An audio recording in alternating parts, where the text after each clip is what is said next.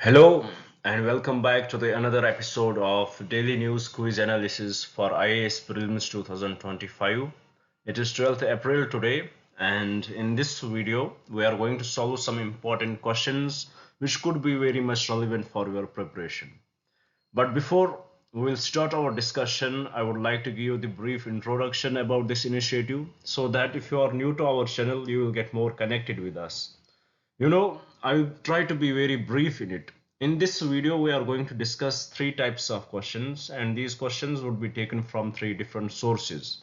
So depending on it, the first set of questions which we are going to discuss here would be taken from the current affairs. What we are going to do, we'll take up the most important articles from the newspapers. We'll try to break them down into the simplest language possible and we'll try to discuss them. And finally, we will reach up to this question which we had derived from that particular article, so that it will give the idea which part of the newspaper is important for you, what should be your approach when you are reading these news articles, and how you can expect a possible prelims question related to those news articles. And here I would like to mention one more thing, that most of the questions would revolve around this part, because usually here we discuss the news analysis also, so most of the questions which we are going to discuss here would revolve around this part.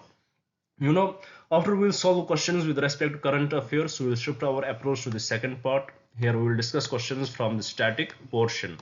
Currently we are discussing Indian polity, and in Indian polity we are discussing the Parliament of India, and in Parliament of India we are discussing the procedure of the House. So today we are going to discuss few more concepts related to that, and we'll try to derive a possible prelims question related to that concept, so that it will give you the idea how exactly a question can be asked in the exam, and it will give you the idea how important these topics can be for your preparation and how you should be prepared well before entering the exam hall.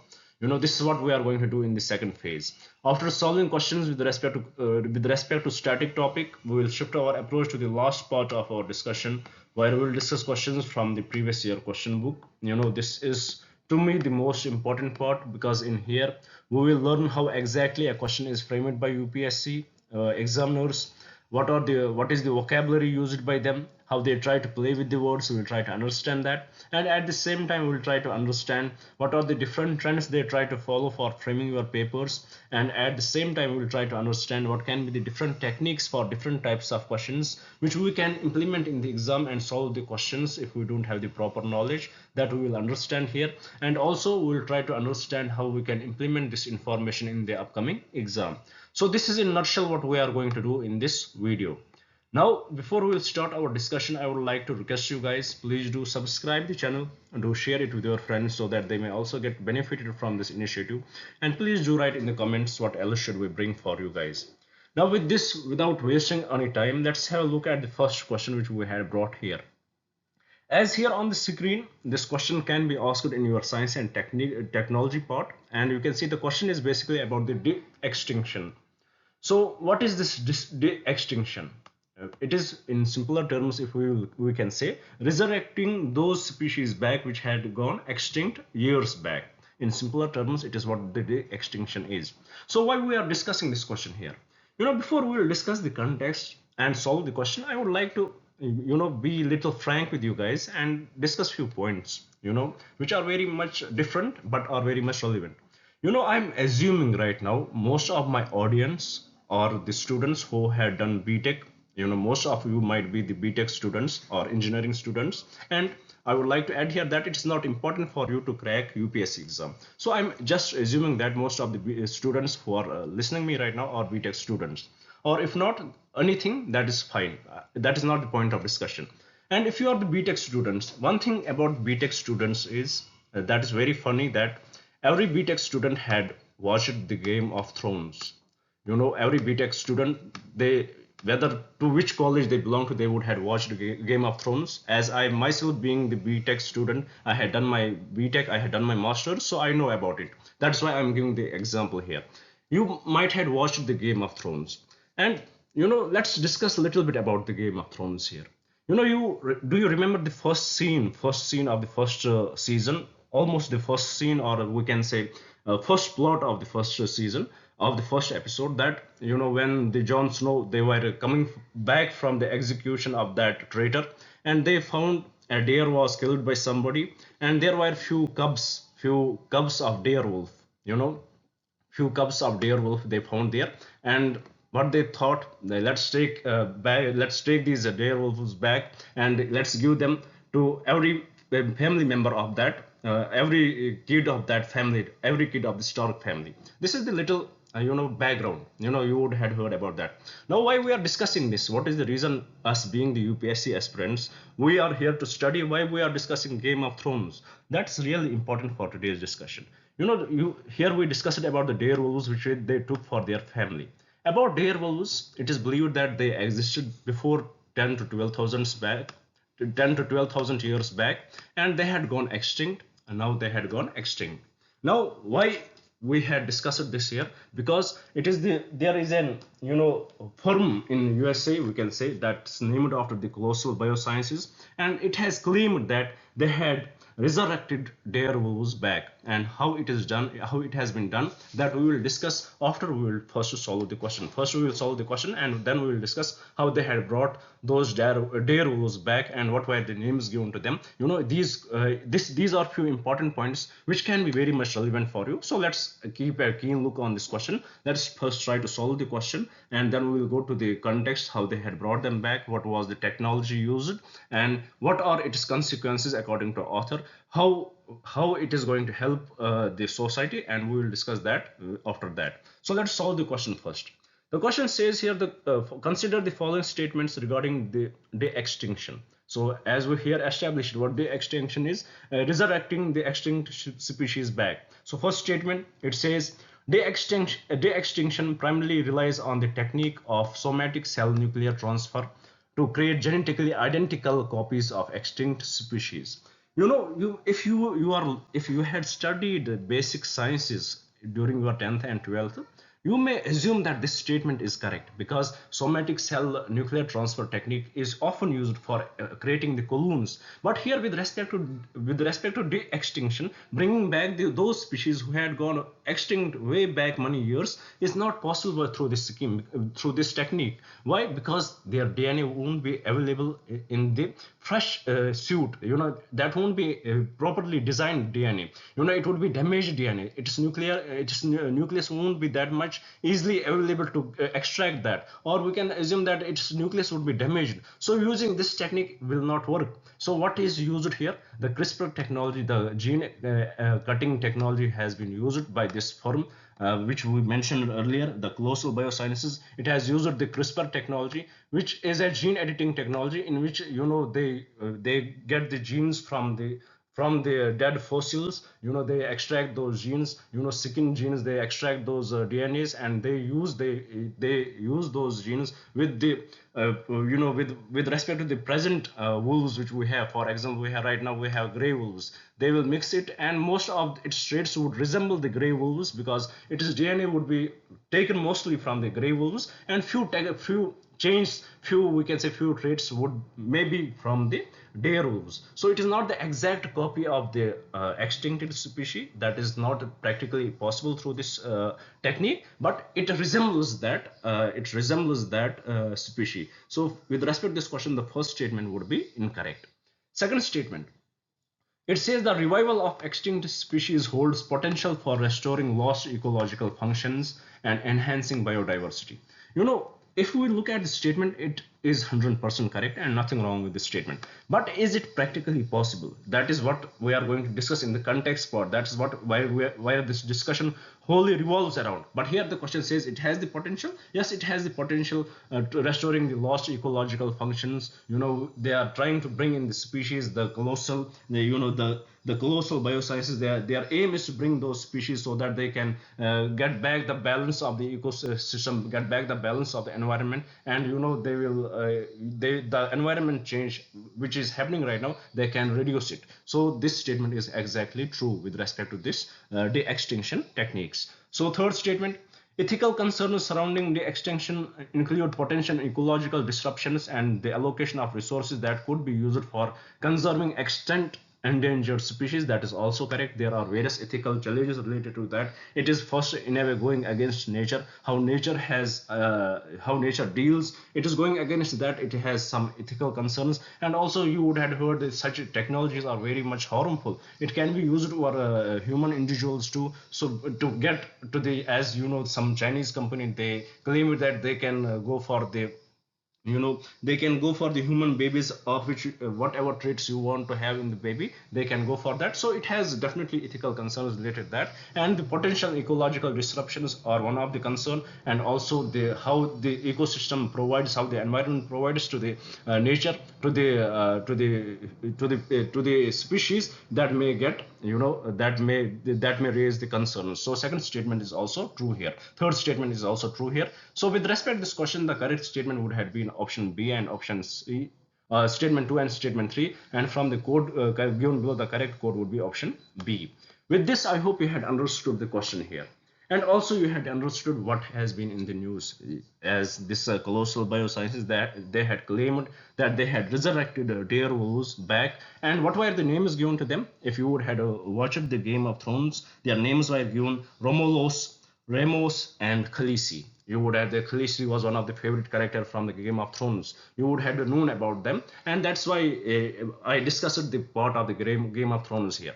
Now, what is the concern here? What is the real issue with this technology? So here as the colossal biosciences claims that, why they are doing this, they are doing this to preserve, to restore the ecological balance in the world right now, how the ecosystem is being degraded, how the global warming is impacting the world, and all that stuff. Their aim is to bring those species back, and to restore this balance. But here the question comes, if we look at the colossal biosciences, if you look at their website, we will find out that they are raising funds for that, and people are investing in millions and billions in this project. So here the real question is it really going to happen? Are they really going to bring in these species back? First question, is it possible? Is it really possible? There is no 100% guarantee to it. They will try. It can be the waste of money. So there is no 100% guarantee to it. And once they will bring those species back, what would be the impact of those species on the environment? That's another question which we'll discuss it in the third statement. And also, if they will bring these species back, when will it render its fruits? The technology they are implementing right now, the work they are doing right now, when will it render its real fruits? When will they achieve what they are trying to achieve? It is not something that they are going to achieve in few decades. It will definitely take centuries to bring this balance back. So definitely it is the long way to go, and there is no chances, there is no guarantee that this thing will work. First of all, there are chances that this money may get wasted. High chances are that this money may get wasted. Second thing which the author here highlights, that it is the ethical issue. Definitely there is ethical issues associated with it, how it is going to impact the other endangered species, what its impact would be on the environment. And also the author here highlights the real issue, that is it better for the world to invest in such technologies rather than investing money in preserving those species which are on the verge of extinction? Should we not preserve those species who are about to extinct, rather than investing our money in this project which we don't know whether it will be successful or not? So this is the real question which was asked, and everybody among us know what the real answer to this question is. With this, I hope you had understood the question here. You had understood the concept of the extinction. You had understood the connection here, the CRISPR technology, how it is there, what is its role, and I hope you had understood little about the somatic cell nuclear transfer technology too. So with this, I hope you had understood everything. Now let's move to the another slide and see what question we had brought there. Well, here the question is about the Beijing India report. The government of India has produced this report. What this report is about? It is about, first let's solve the question, because then it is like giving the answer if we will discuss it. So let's see the question here, and then we will go to the context why we are discussing the question. The question says the Beijing India report is a document that assesses India's progress in relation to the Beijing Declaration and Platform of Action, which was signed in 1995. So which of the following statements accurately describe the report's primary focus and it is a publishing entity. So here we have to find out what is it is primary focus and publishing entity. First statement, it says it is primary focus on bilateral trade relation between India and China and is published by the Ministry of Commerce, Government of India. Totally incorrect. It has nothing to do with the trade relation between India and China. So first statement is incorrect. Second statement, it primarily focuses on environment sustainability and climate change and is published by the Ministry of Environment, Forest and Climate Change, Government of India. Totally incorrect. Nothing wrong with it. Nothing correct with it. Third statement, it primarily focuses on gender equality and women's empowerment and is published by the Ministry of Women and Child Development, Government of India in collaboration with UN Women. That is exactly the true answer to this question. It is about the gender equality and how a woman has been empowered. So with respect to this, India has brought out this report and they had shown how they had been successful with respect to the Beijing Declaration and Platform of Action. What were the standards given in this? What are the vulnerabilities women face, the violation they face, how they are keeping out of the political issues, how they have least deciding powers, and with respect to their education, with respect to their health. And India has, through this report, India has shown how much we had progressed in this. But here the author raises the real question. The real question is, even though the India has covered everything, but author here raises the question, we had not discussed how the climate change is impacting the woman. We had not taken this discussion while framing our policies. And also with respect to this, how the climate change is impacting the woman, there has been report on this, and it has shown, the report given by the Food and Agriculture Organization, it has shown only 6% of the climate policies which are framed by the governments, only 6% of the climate policies mention women in those which the governments are framing. Only 6% of the climate policies mention about the woman. So definitely this dimension is least touched by the governments, especially by the government of India. And here the author says, the climate change, the impact of the climate change, even though it impacts everybody in a very proportional way, but if we will see, its impact is more on the vulnerable and woman. Because women have to go outside, they have to do the houseworks, for which, according to the data, approximately 8 hours in our country, in the rural India households, approximately 8 hours are spent by women on household work. And the irony is they are not paid for that. And they have to go for outside. If the impact of the climate change is on the water, they will have to go outside for many kilometers, walk for many kilometers and fetch the water. Eventually this climate change is having the impact on the woman. Whenever any disaster hits, they will go for the migration. Usually the male members of the family will go for the migration, and family is kept with the female members, and they have to take care of all this stuff. And that's what the author highlights, that even though the India has done good with respect to woman empowerment, but still this area, it has been least touched. So that's why it is in the news. Please do remember what this Beijing India report is, and who draws it, who produces it in India, and what it is about. So with this, I hope you had understood this question as well. Now let's move to the another slide and see what question we had brought there. Well, here the question is basically about the escalating tariff wars. Why we had brought this question? Because of the Donald Trump's policies, as he has imposed 145% tariff on China, and China retaliated. China being China, it retaliated, and it has imposed 125%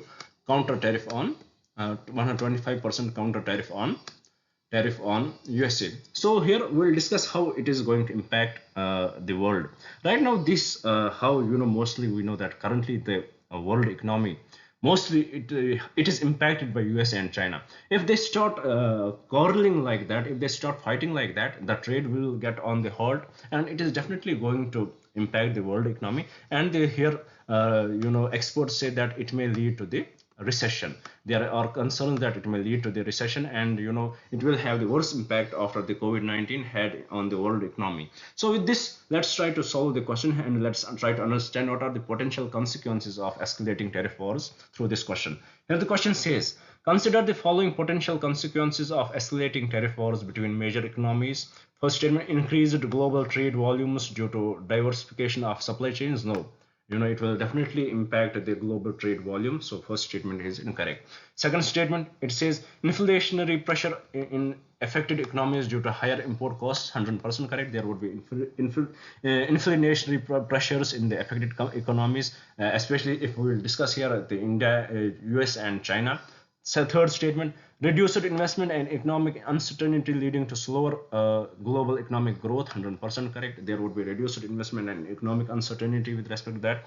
And fourth statement, enhanced cooperation and multilateralism among nations to solve the trade disputes, that is incorrect. It may lead to, but it is not how usually it works. So with respect to this question, the correct statement would have been is statement 2 and statement 3 only, and from the code given below, the correct code would be option B. So with this, let's move to the another slide and see what question we had brought there. Well, here the question is about the index of industrial production, as it has brought out, it is February's report, and it has shown that the industrial output growth has slowed down to 2.9%. So here let's try to understand about the industrial index of industrial production, who produces it, what is the base year for that, and what it is about. Here the question says, regarding the index of industrial production, consider the following statements. First statement, the IIP measures the change in the volume of production of an industrial basket during a given period with respect to a base period. Very correct, nothing wrong with it. Second statement, the current base year for the calculation of the IIP in India is 2017-18, totally incorrect. Its base year is 2011 and 12, do remember that. Third statement, the mining, manufacturing and electricity sectors constitute the three broad sectors considered in the IIP. Nothing wrong with it, it is also true. Third statement is true. Fourth statement, the IIP is released on a quarterly basis by the National Statistics Office, Ministry of Statistics and Program Implementation. This part is 100% correct. It is released by National Statistics Office, by Ministry of Statistics and Program Implementation, but it is not released on the quarterly basis but on the monthly basis. So please do remember that. So this statement, fourth statement, is incorrect. When fourth statement is incorrect, so we can eliminate option 1 and option D. We are left with, and also second statement is incorrect, we can eliminate option C also. We are left with option 1 and 3. That is the correct answer. So here the correct option would be option A. With this, I hope you had understood this question as well. Now let's move to the last question from the current affairs part. Then we will shift towards the static portion discussion. Well, here the question is about the port of Trieste, as it is right now in the news, because the Italy has in a way their discussion with their officials are in India.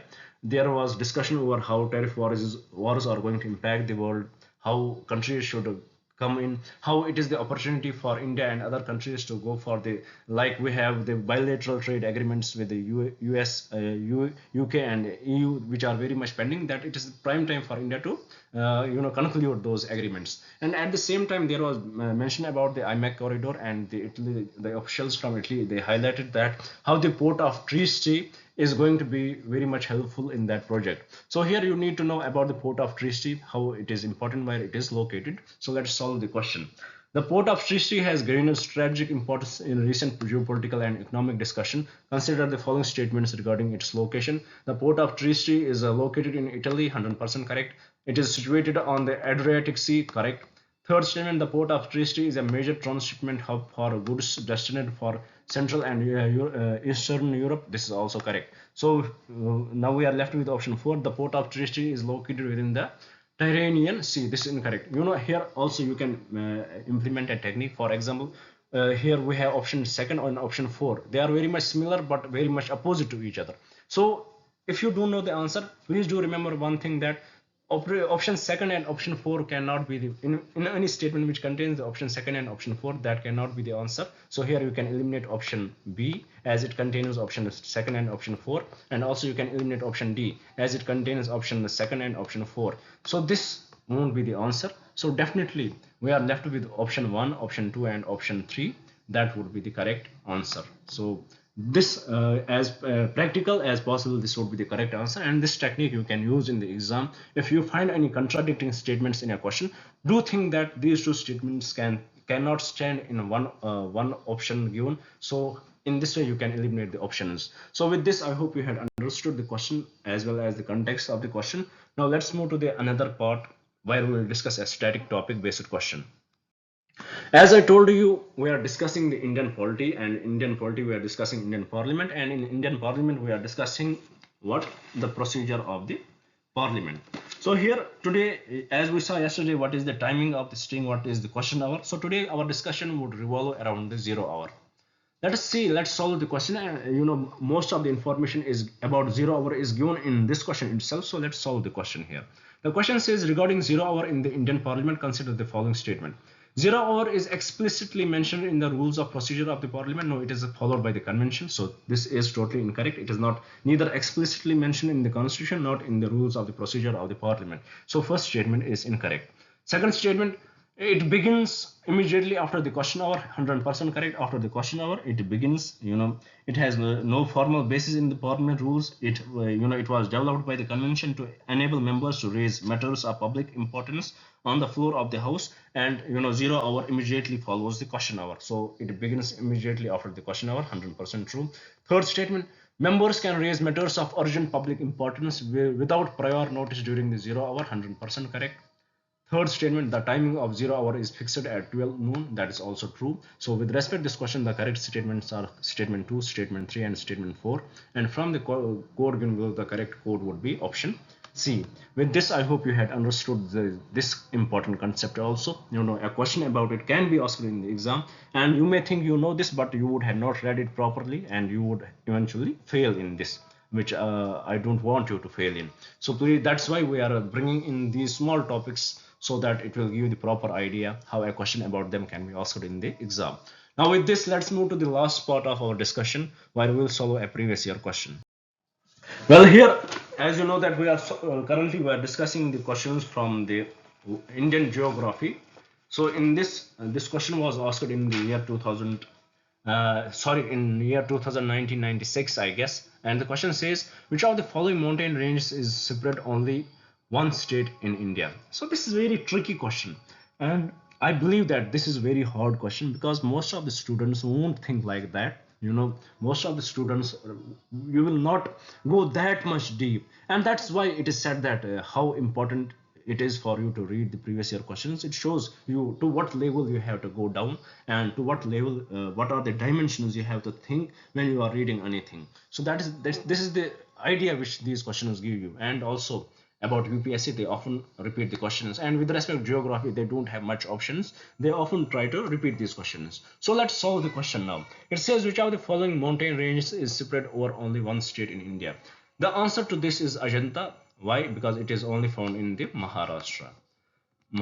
About Aravalli, about the Aravalli range, it covers Rajasthan, Haryana, and Delhi. So multiple states: Rajasthan, Haryana, and Delhi. So these are multiple states. Then it is Satpura. Satpura ranges are found in Gujarat and Madhya Pradesh. Gujarat and Madhya Pradesh. Please do remember them. It can be very much relevant for your exam. This question can get repeated. Then we have Sahyadri. Sahyadri, it spreads over. Sahyadri spreads over Gujarat. Various states like Gujarat, Maharashtra. It spreads over Gujarat, Maharashtra,